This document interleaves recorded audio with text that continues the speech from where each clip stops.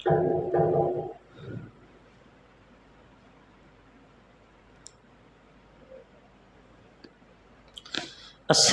আলাইকুম ওয়া রাহমাতুল্লাহি ওয়া বারাকাতুহু।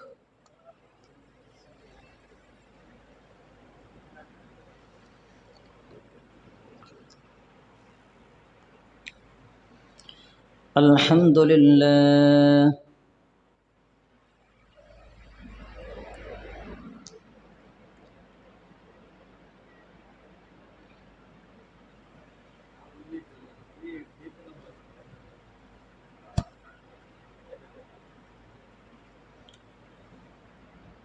টাইট দেন নালে যাব।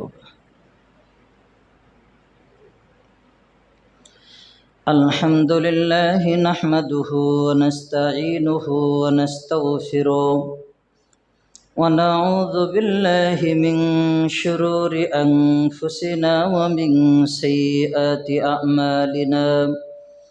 من يهده الله فلا مضل له ومن يضلله فلا هادي له وأشهد أن لا إله إلا الله وحده لا شريك له وأشهد أن سيدنا وسندنا وحبيبنا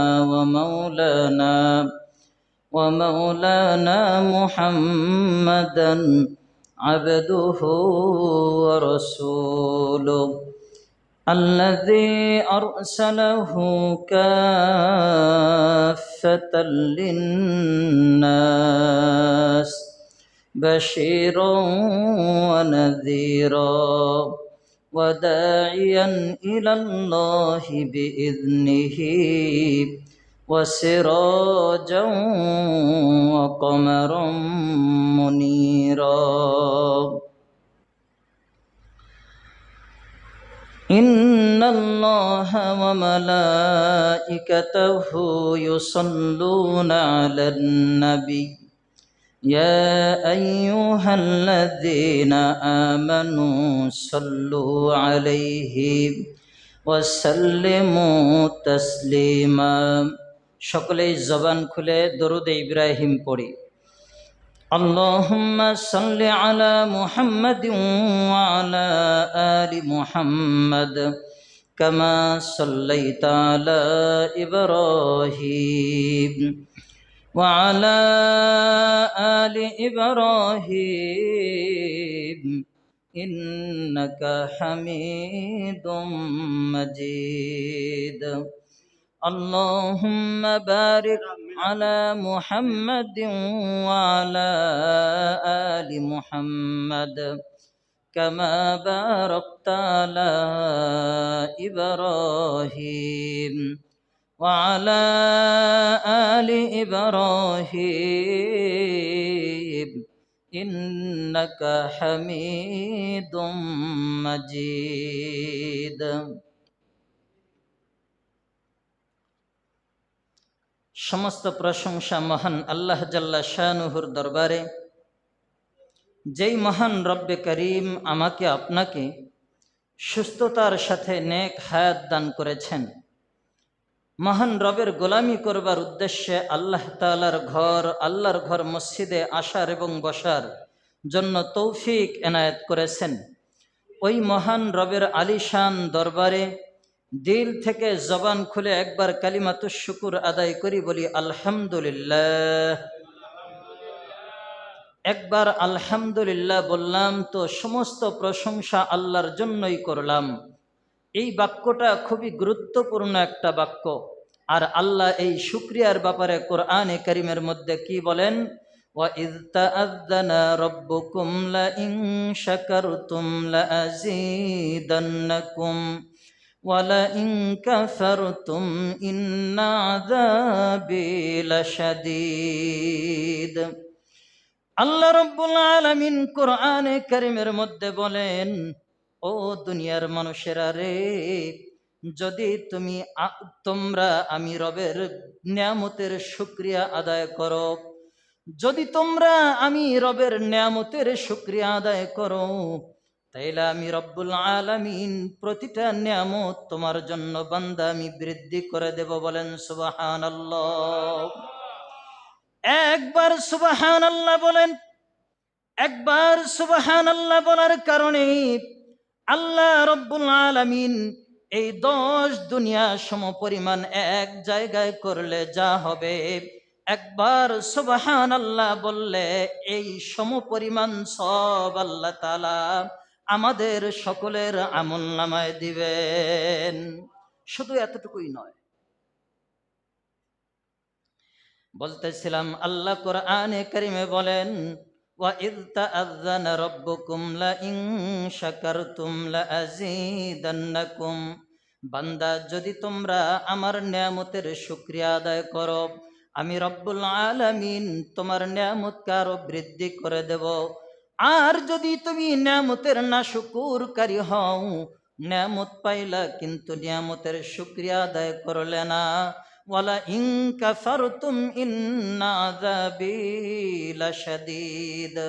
আল্লাহ বলেন, ওয়ালা ইন কাফারতুম, আমি তোমার থেকে নেয়ামতগুলি ছিনিয়ে নেব। শুধু এই পর্যন্তই নয়, ইন্না আযাবি লাশাদীদ।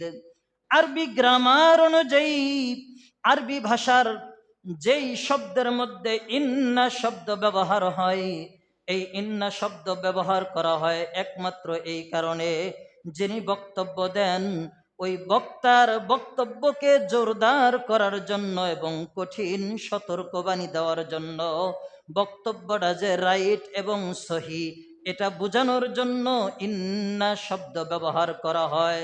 বলেন তো, আল্লাহ তাআলা যদি কোনো ভাষণ আমাদের সামনে পেশ করেন, আল্লাহর ভাষণটা কি নরমাল না কঠিন?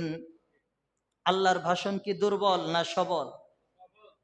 তা আল্লাহ যত দুর্বল ভাবেই বলুক না কেন, কিন্তু আল্লাহ যদি বলে আল্লাহর কথা এমনি থেকেই মজবুত কথা। কিন্তু আল্লাহ তাআলা এরপরেও তাকিদ দিয়ে বলতেছেন, ইন্না আযাবি লাশাদীদ। বান্দা, নিশ্চয়ই যেই ব্যক্তি নিয়ামতের না শুকরিয়া করবা, ওই বান্দারে আমি কঠিন শাস্তিতে গ্রেফতার করব। বান্দারে আল্লাহ হুঁশিয়ারি করে দিলেন। আজকে হলো জুমার দিন। এই জুমার দিনে যারা সময় মতো, মুসলমানদের হলো সবচেয়ে ঈদের দিন, গরিব মানুষেরও ঈদের দিন। এই জুমার দিনের নিয়ামত পাইয়াও যদি আমি মসজিদে আগে না আসতে পারলাম, আমার মতো ব্যর্থ মুসলমান আর সমাজে কে হতে পারে? আমি মুসলমান হওয়ার দাবিদার। কবি বলেন, হাম মুসলমা হে মগর হাম্মে মুসলমানি নেহি, দিল মে ঈমা হে মগর ঈমান মে কামিল নেহি। আমরা মুসলমান হওয়ার দাবিদার, কিন্তু আমাদের মধ্যে মুসলমানিত্ব নাই। ইমানদার হওয়ার দাবিদার, কিন্তু ইমানের ভলিউম আমাদের মজবুত নাই। এজন্য ইমানের মজবুত বলিয়ান করতে হবে। জুমার দিন আগে আগে মসজিদে আসলে যেই সব পাবেন, পিছনে আসলে ওই সব পাওয়া যাবে না। যে যত পরে আসবে তার টেনশন বেশি থাকবে যে নামাজ থেকে ফারাক হয়ে কেমনে তাড়াতাড়ি আবার বাসায় যাওয়া যায়। বিভিন্ন পেরেশানি নিয়ে আসে মসজিদে উপস্থিত হবে। ফলে যখন ইমাম সাহেব কেরাত পড়বে, কেরাতের দিকে তার কোনো মনোযোগ থাকবে না। তার মনোযোগ থাকবে দুনিয়ার টেনশন, অথবা ব্যবসার টেনশন, অথবা বাড়ি থেকে কি করে তাড়াতাড়ি যেতে পারে, এই ধরনের কোনো টেনশন নিয়ে জুমায় আসবে। আসার কারণে তার নামাজে মনোযোগ হবে না। এই কারণে সে নামাজের পরে সুন্নত না পড়েই দ্রুত মসজিদ থেকে বের হয়ে যায়। আল্লাহ বলেন, আমল কবুল হওয়ার পূর্ব শর্ত হলো, যেই বান্দার আমল আমি আল্লাহর দরবারে কবুল হয়ে যায়, ওই বান্দার আমলটা পরবর্তী, আমি আল্লাহ যদি বান্দার আমল কবুল করে নেই, তাহলে ওই বান্দাকে আবার পরবর্তী কোনো আমল করার সুযোগ করে দেই। তাহলে বোঝা গেল, যার জুমার নামাজ কবুল হয়ে যাবে আল্লাহর দরবারে, যার জুমার নামাজ কবুল হবে আল্লাহর দরবারে, ওই বান্দাটা পরবর্তীতে আমল করার সুযোগ পেয়ে যাবে। অর্থাৎ জুমার দিন জুমার 2 রাকাত নামাজ ওয়াজিব, এটা পড়ার পর সুন্নতে মুআক্কাদা নামাজটা সে ছেড়ে দিবে না, সুন্দর মতো সে মসজিদে আদায় করবে। যদি সুন্নতে